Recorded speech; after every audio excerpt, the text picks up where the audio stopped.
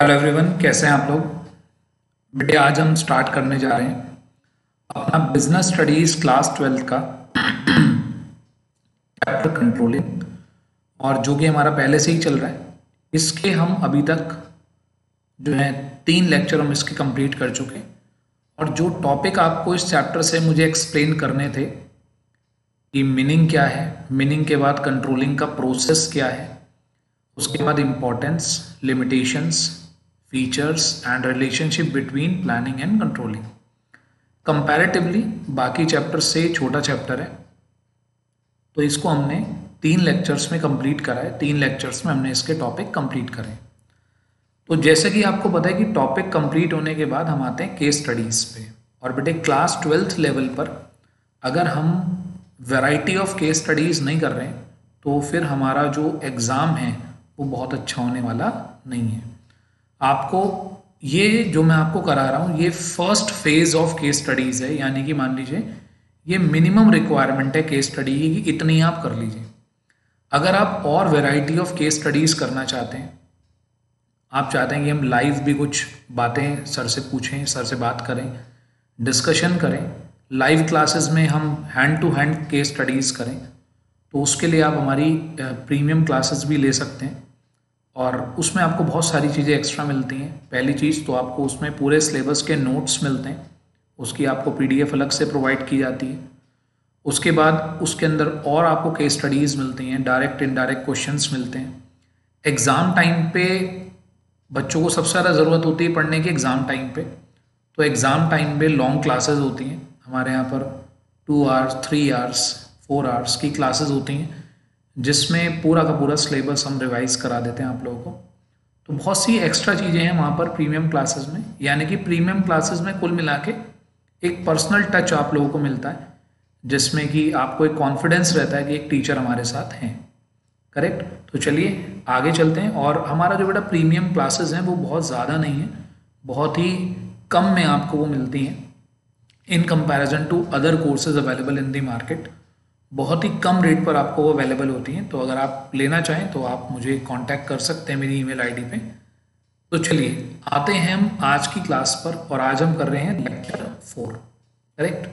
Lecture 4 में हम करेंगे केस स्टडीज़, और पहली केस स्टडी आपके सामने है और देखते हैं कि क्या है इस केस स्टडी में। नाउ अ डेज क्लोज सर्किट टेलीविज़न, जिसे हम बोलते हैं CCTV, is used in the organization as a means to control on wrong behavior and to prevent theft। Obvious सी बात है, आपने देखा होगा आजकल छोटी छोटी शॉप्स पर भी आपको सीसीटीवी मिलेंगे। Which point of importance of control does this illustrate. अब देखिए, अगर आपको कोई ये कहता है कि भाई केस स्टडीज़ के आंसर तो अपने पास से देने होते हैं, तो बेटे ये बात बहुत गलत है। यहां पर पूछा है यहां पर कौन सी इंपॉर्टेंस लगती है। अब हमारे सिलेबस में एज पर दी एनसीईआरटी हमारे पास बहुत सारा, हमारे पास कई इंपॉर्टेंस गिवन है। एनसीईआरटी की बुक में इंपॉर्टेंस गिवन है। करेक्ट। तो हमें आंसर भी बेटे उन्हीं में से एक का लिखना है।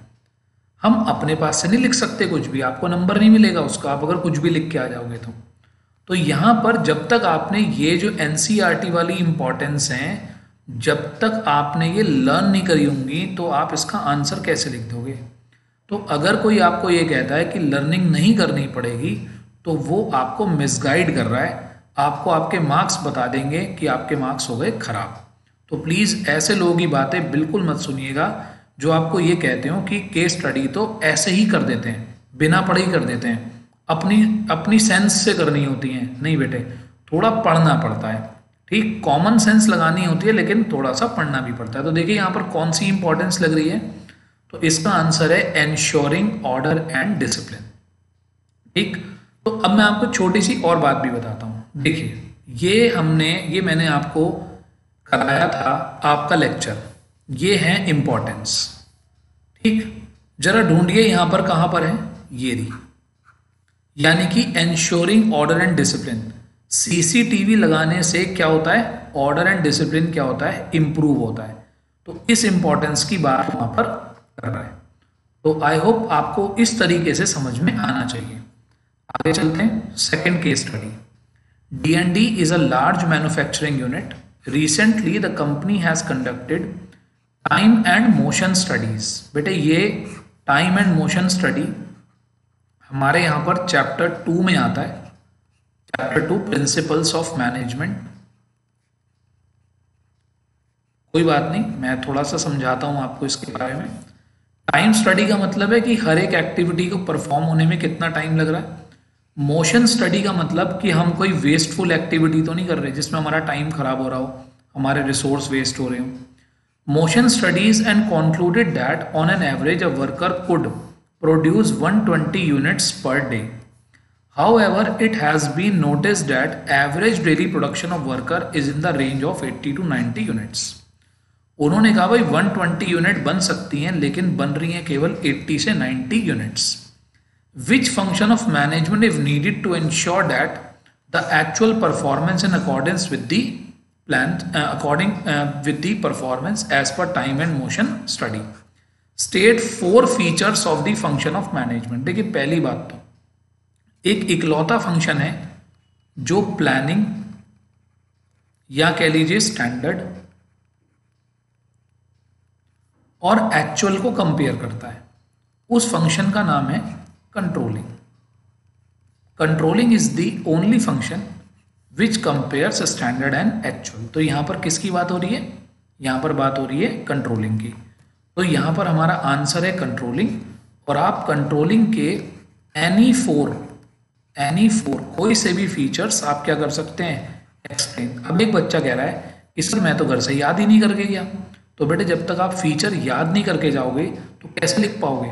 ये देखो, ये हैं फीचर। ये लेक्चर 0 में कवर करा है मैंने और पहले मैंने सारे लेक्चर आपको पढ़ा दिए हैं।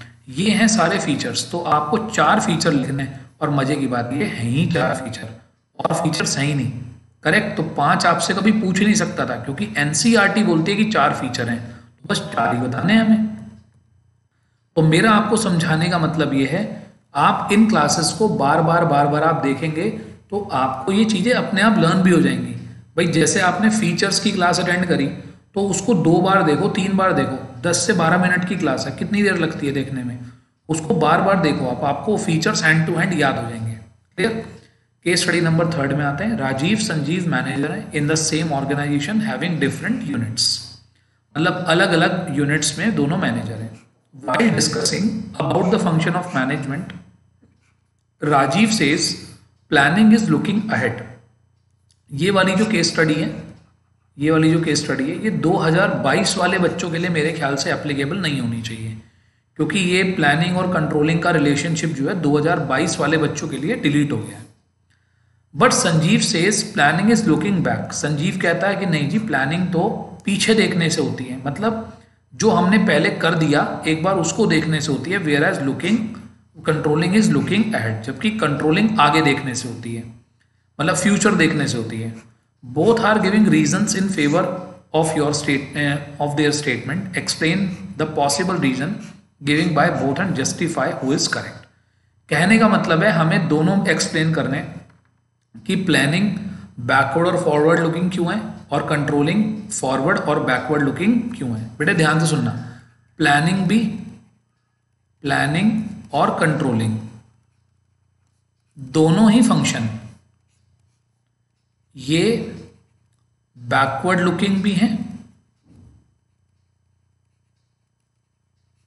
और फॉरवर्ड लुकिंग भी है, दोनों। ठीक, अब जरा इसका आंसर देखते हैं। तो राजीव ने क्या हिंट दिया है? राजीव ने क्या बोला है? राजीव कह रहा था कि looking ahead whereas controlling is looking back. तो कहता है, राजीव ने क्या बोला? राजीव क्यों कह रहा है कि प्लानिंग लुकिंग अहेड है? Plans are prepared for the future. तो राजीव बिल्कुल ठीक कह रहा है कि भाई प्लान जो है फ्यूचर के लिए बनते हैं और बेस्ड होते हैं फ्यूचर फोरकास्ट के ऊपर। बिल्कुल ठीक बात है। इसलिए प्लान क्या होता है? Looking ahead. और कंट्रोलिंग इज लुकिंग बैक, क्योंकि कंट्रोलिंग क्या है? पोस्टमार्टम है ऑफ द पास्ट एक्टिविटी। जो आप कर चुके उसको आप चेक करते हो, डेविएशन निकालते हो।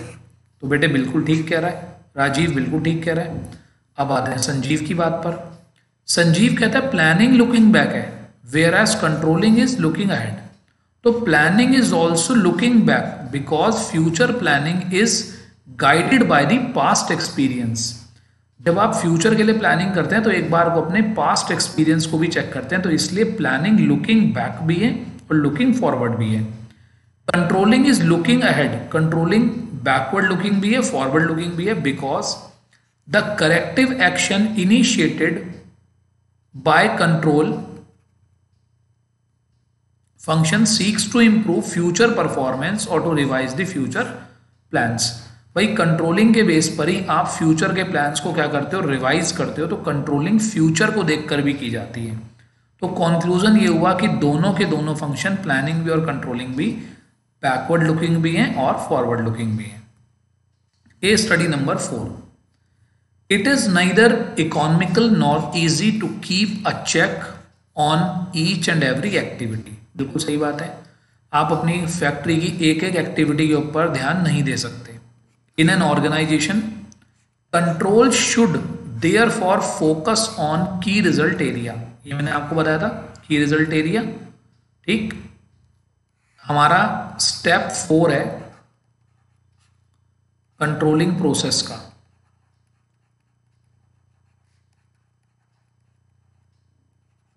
ठीक, ये देखिए कंट्रोलिंग प्रोसेस का हमारा 4th स्टेप है, जिसका नाम है एनालाइजिंग डेविएशन। उसके अंदर 2 पॉइंट आते हैं, 2 टेक्निक आती है, क्रिटिकल पॉइंट कंट्रोल और मैनेजमेंट बाय एक्सेप्शन। करेक्ट। तो की रिजल्ट एरिया यहां पर होता है। वो कहता है कि सब कुछ तो आप कंट्रोल नहीं कर सकते, केवल उन एरियाज को कंट्रोल करो जो की रिजल्ट एरियाज हैं, यानी कि जो बहुत ही ज्यादा इंपॉर्टेंट एरियाज हैं, उन्हें आपको कंट्रोल करना चाहिए। Which are critical to the success of the organization. These key areas are set as the critical points. If anything goes wrong by the critical points, the entire organization suffers. The technique या principle of management control discussed above is, बेटे 2 होते हैं, एक तो management by exception होता है, एक critical point control होता है। तो जो क्रिटिकल पॉइंट कंट्रोल है वो किस में डिस्कस किया जाता है, KRA डिस्कस करा जाता है क्रिटिकल पॉइंट कंट्रोल में। मैनेजमेंट बाय एक्सेप्शन में हम एबनॉर्मल चीज़ों पर ध्यान देते हैं। तो आंसर है हमारा क्रिटिकल पॉइंट कंट्रोल। नेक्स्ट पे आते हैं, वाइल स्क्रूटनाइजिंग द प्रोडक्शन। बेटे स्क्रूटनाइजिंग का मतलब होता है जब आप किसी चीज़ को डिटेल में चेक करते हैं, डिटेल चेकिंग को बोलते हैं scrutinising. While scrutinising the production records, it is found that in a particular batch the rejection rate was 5% against the set standard is 2%। हमें लग रहा था कि 2% होंगे हमारे गुड्स रिजेक्ट, 5% हो गए।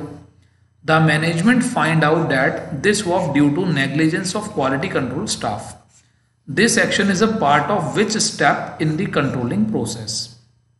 कैसे पता लगा आपको, जब आपने डेविएशंस को एनालाइज करा तो ही तो आपको पता चला कि जी क्वालिटी कंट्रोल डिपार्टमेंट की वजह से हुआ है। नेक्स्ट पे आते हैं, you are manager of Bharti chemicals limited, it is reported to you that postal expenses have been increase by 10% over standard rate and cost of raw material has been increase by 2%। Which of 2 division will be more critical to you. ध्यान से देखो बेटे, postal expenses जो आप letter waiter post कर रहे हो, letter post कर रहे हो, उसका खर्चा 10% बढ़ गया। यहां जो हम रॉ मटेरियल खरीद रहे हैं वो 2% बढ़ गया। तो ये बताओ किस पे ध्यान दोगे, पोस्ट का खर्चा 10% बढ़ गया या रॉ मटेरियल का खर्चा 2% बढ़ गया। हमारे लिए रॉ मटेरियल ज़्यादा इंपॉर्टेंट होता है या कोरियर ज़्यादा इंपॉर्टेंट होते हैं? हमारे लिए इंपॉर्टेंट होता है रॉ मटेरियल। तो सिंपल सी बात, आप किस पर ध्यान दोगे, 2% hike in the more raw material के प्राइस में। क्रिटिकल पॉइंट कंट्रोल 2% हाइक है किसमें, कॉस्ट ऑफ रॉ मटेरियल में। थोड़ा बहुत पोस्टल एक्सपेंसेस बढ़ गया, उस पर कोई बात नहीं है, आप सब चीज़ तो आप कंट्रोल कर नहीं सकते।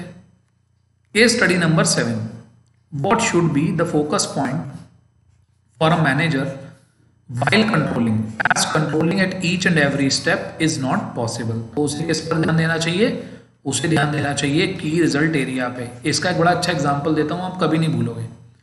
आप पूरे साल कुछ भी करते रहो, आपके मम्मी पापा आपको कुछ नहीं कहते हैं। आपके मम्मी पापा आपको एक ही बार कहेंगे, जब भी कहेंगे जब आपका बोर्ड का रिजल्ट आएगा। तो आपका जो बोर्ड का रिजल्ट है वो की रिजल्ट एरिया है। अगर वो बिगड़ गया तो आपकी खैर नहीं, और अगर वो ठीक आ गया तो बस मजे ही मजे।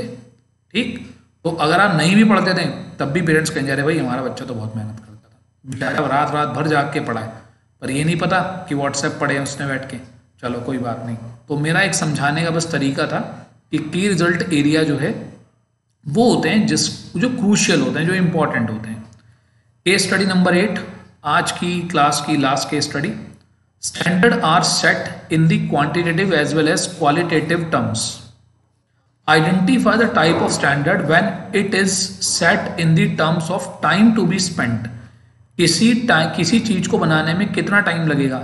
बेटे ये तो क्वालिटी में डिफाइन हो सकता है या क्वांटिटी में डिफाइन हो सकता है। क्वांटिटी में किसी चीज को बनाने में 10 मिनट लगेंगे या 15 मिनट लगेंगे, ये क्वांटिटी में डिफाइन हो सकता है। आई होप आपको यहाँ तक की क्लास क्लियर होगी। तो चलिए आज यहीं तक रखते हैं लेक्चर 4 को। लेक्चर 5 में हम और केस स्टडीज करेंगे, और बहुत सारी केस स्टडीज हैं। अभी नहीं, बहुत सारे नहीं है, ज़्यादा डरिए मत, छोटा चैप्टर है ये। 4-5 केस स्टडीज और होंगी, लेकिन वो थोड़ी लॉन्ग केस स्टडीज हैं, और वो प्रीवियस ईयर के चैप्टर्स की केस स्टडीज हैं। क्लियर? प्रीवियस ईयर्स में जो आ रखी हैं बोर्ड एग्जाम में, सैम्पल क्वेश्चन पेपर में, तो वो केस स्टडीज आपके साथ मैं डिस्कस करूंगा नेक्स्ट क्लास में। ठीक है बेटे, मैंने यही कोशिश करी है कि आपकी क्लास छोटी हो और टू दी पॉइंट उसमें बात हो, इधर उधर की बात ज़्यादा ना हो। टू दी पॉइंट आपको आंसर्स बताए जाए, अच्छी आपको केस स्टडीज कराई जाए। अगर आप प्रीमियम क्लासेस लेते हैं तो उसमें आपको इससे भी बेहतर मिलता है। ऑब्वियस सी बात है कि जब आप कोई चीज़ विदाउट अमाउंट स्पेंड करे आप देख रहे हैं तो वो आपको क्या मिल रही है, और जब आप अमाउंट स्पेंड करते हैं तो ऑब्वियस सी बात है उसके अंदर कुछ चीज़ें एक्स्ट्रा होती हैं। लेकिन ऐसा नहीं है, मैंने आपकी इन क्लासेस में भी पूरी क्वालिटी को मेंटेन करने की कोशिश की है कि आपको अच्छी से अच्छी क्लासेस मिले। बिकॉज बेटे मैं 14 ईयर्स से टीचिंग में हूँ, लेकिन मैं ऑनलाइन प्लेटफॉर्म पर आप ये कह सकते हैं कि बहुत देर से आया हूँ, लेकिन फिर भी आई होप मेरा हमेशा ये मानना है कि मैं क्वालिटी पर फोकस करूं। मैं चाहे क्लासरूम में पढ़ाऊं चाहे मैं ऑनलाइन पढ़ाऊं, मेरी क्वालिटी डिस्टॉर्ट नहीं होनी चाहिए, बच्चे को उससे एडवांटेज मिलना चाहिए। और आई होप अगर आप लोग मेरी सारी क्लासेस देखते हैं ठीक से और अच्छे से उनको बार बार रिवाइज करते हैं तो 101% आपको बहुत फ़ायदा मिलेगा। और जो केस स्टडीज़ मैं आपको करा रहा हूँ, हो सकता है कि आपको बोर्ड एग्जाम में एज इट इज़ ये केस स्टडीज़ देखने को मिल जाए। ठीक है, thank you, have a nice day. अगली क्लास में मिलेंगे नई केस स्टडीज़ के साथ।